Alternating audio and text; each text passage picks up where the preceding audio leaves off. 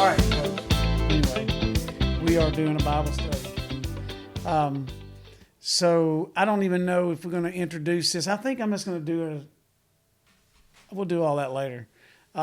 All right. Yeah. Okay. But so what? Have you got your Bible in front of you? I did Matthew 12, was that what it was? 12:30 through 32 start. Matthew 12, 31, 32. All right, 30, 32. 30, 32. All right, so yeah, for those that don't know, this is what we're doing now. We're doing a Bible study. So did you say Matthew 12, 30? Yeah. He who is not with me is against me, and he who does not gather with me scatters abroad. Something Right. like that. And Right. then therefore I say to you, every sin and blasphemy will be forgiven men, but the blasphemy against the Spirit will not be forgiven men.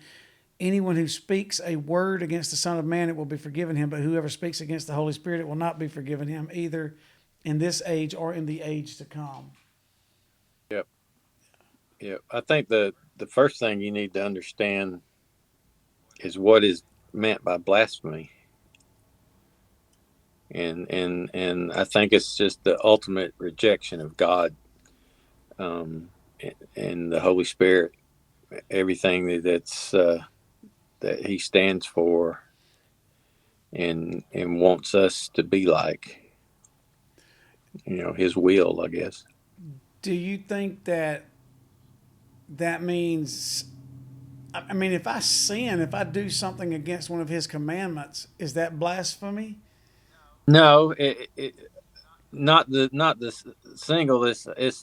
I think it's the over your really your whole lifespan, I guess.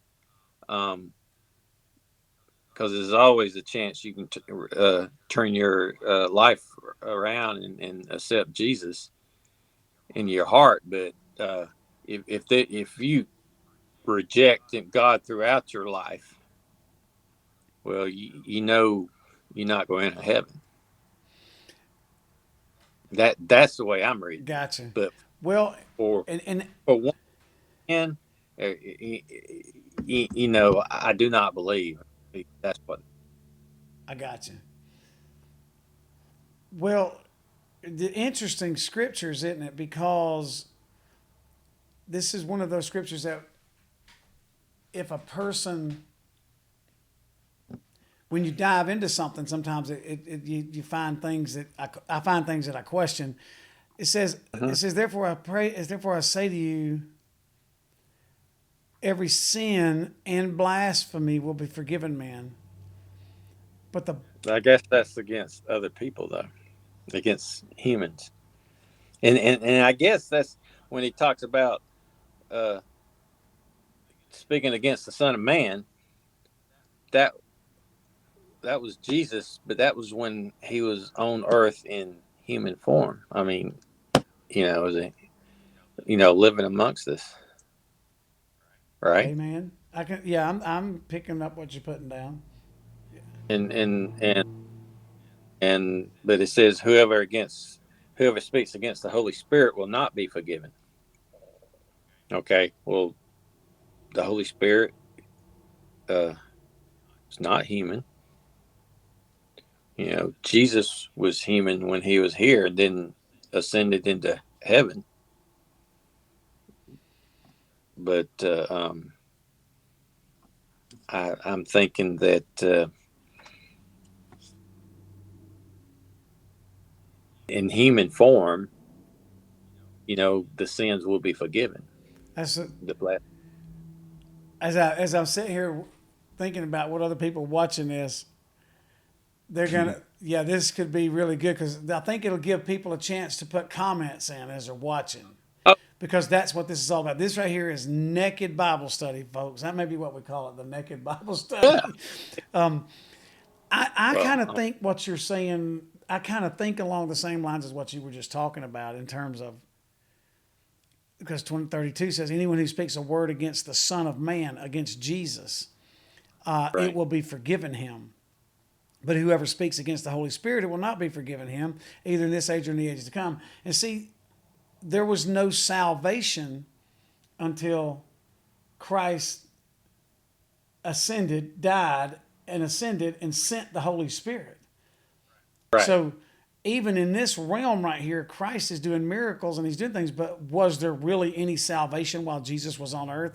I don't know. I'm not going to debate all that, but I'm saying, but if you speak against the Spirit, which is bringing salvation back to earth, then you've blasphemed against what you said earlier. I think it's the same thing like you said, like, well, I'm just not going to believe. I think that's a bunch of hogwash or whatever.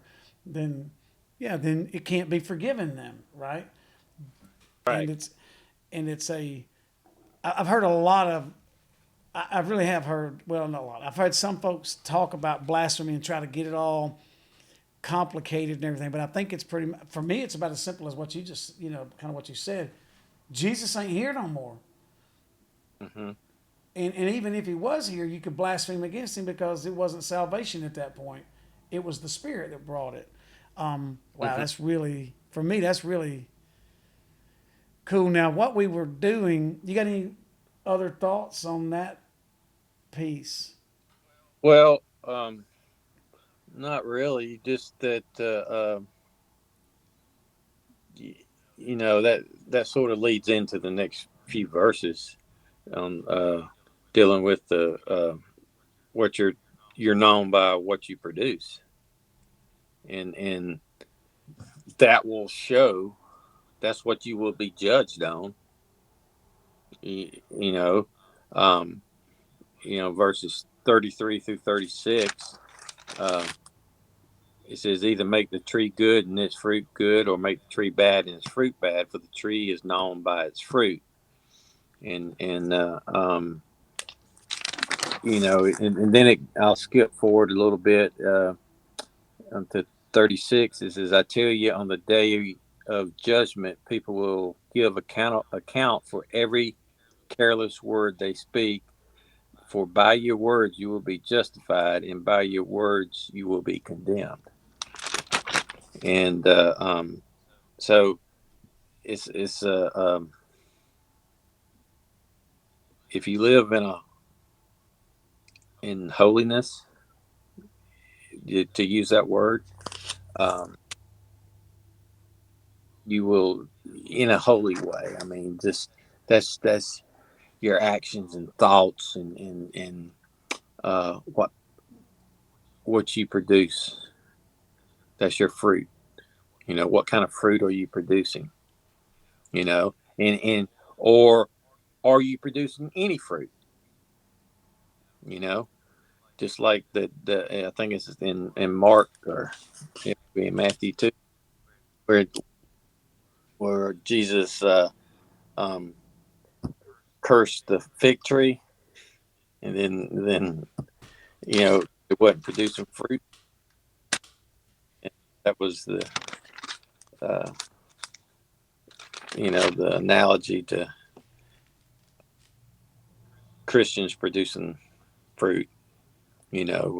Spreading the word and through actions, through the word. Um, are you what are you doing? You have to question yourself, and since I've really been in the word, I'm like, what kind of fruit have I produced in the last few years?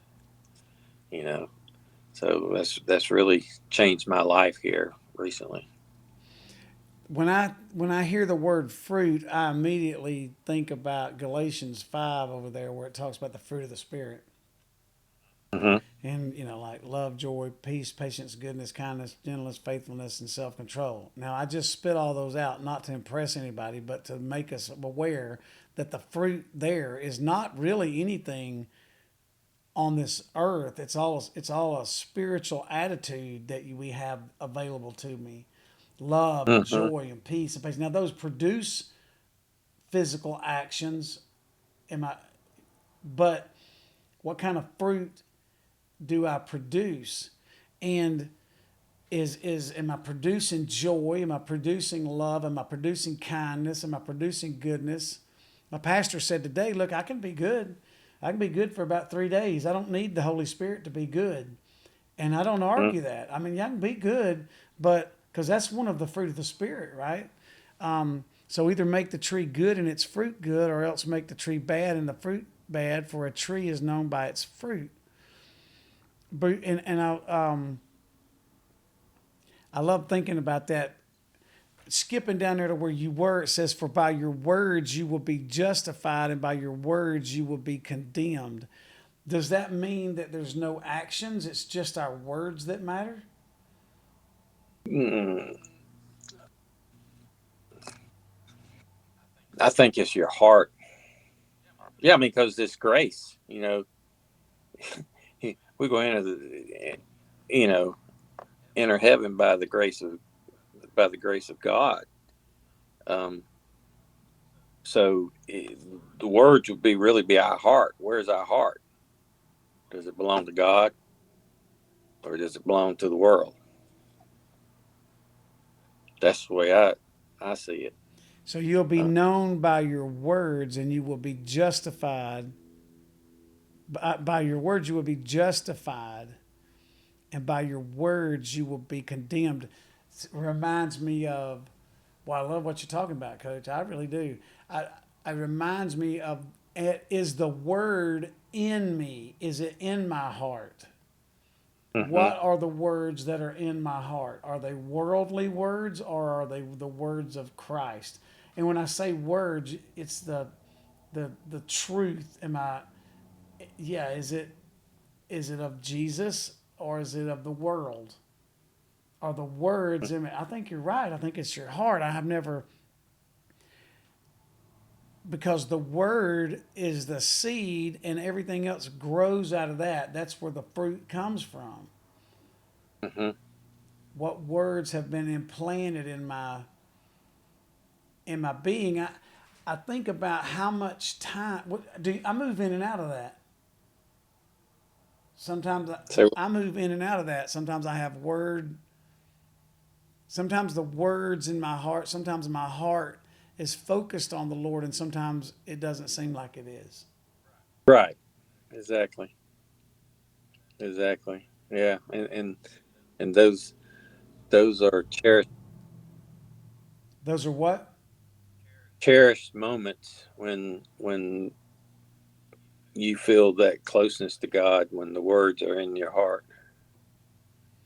He says, if you speak a word against the Son of Man, it will be forgiven him. But whoever speaks against the Holy Spirit, it will not be forgiven him. And then he goes back into that idea of words again. And those words that I'm speaking, golly, man, I mean, that's really down there at the heart of the matter, isn't it? Yep. Let me look at we're on 12:30. 31, well, 31 through 36. Yeah, let me see the New Living Translation, what it says, if I can find it. It says, "And I tell you this: you must give an account on Judgment Day for every idle word you speak. The words you say will either acquit you or condemn you." That's the New Living Translation. Matthew 12. I'm going to look up some of these Greek words too while we're doing it, since we're going this deep into this. 12:31, you said speak. It says whoever speaks a word. I've got to pull up the right thing here. 12:36. But I say every idle word they speak. Now, where's my 30. Hebrew piece here? I don't even have it pulled up. It's not going to work on this one. Um, I gotta figure that out. We got to know. I'll pull it up on my phone. Whoever speaks, what is that? I mean, my question is, what is that word, man? The devil don't want us to do anything, does he? Mm-hmm. Every idle word you speak. And now I want to take you somewhere else. I want to take us somewhere else with this thing. When we're talking about idle words, but let me get over there and I got it working now. 12 and 36. In that word, people watching this are moving faster than we are with it. Every careless word they speak, this one says that they speak laleo, to utter a voice or emit a sound. So we're not talking about, we're talking about what you're saying. It's verbal. Then. Yeah. Hey, fill up that screen now. We ain't got nothing but the bottom of your head. Or the top of your head, rather. Man, so I want to stay here for a minute. Okay, there is a scripture, and I'm going to find it. I'll get on chat right here and find it. There's a scripture that talks about prophecy. I don't want Google Chat. I want Chat GTP. You know, that evil thing that's going to take over the world, which it probably will. I need a scripture for prophecy, greatest gift. And I think it's in Corinthians somewhere. We'll find out here in a second. 1 Corinthians 14:1. Let's flip over there for a minute. I want to show you something. It ties right back into this.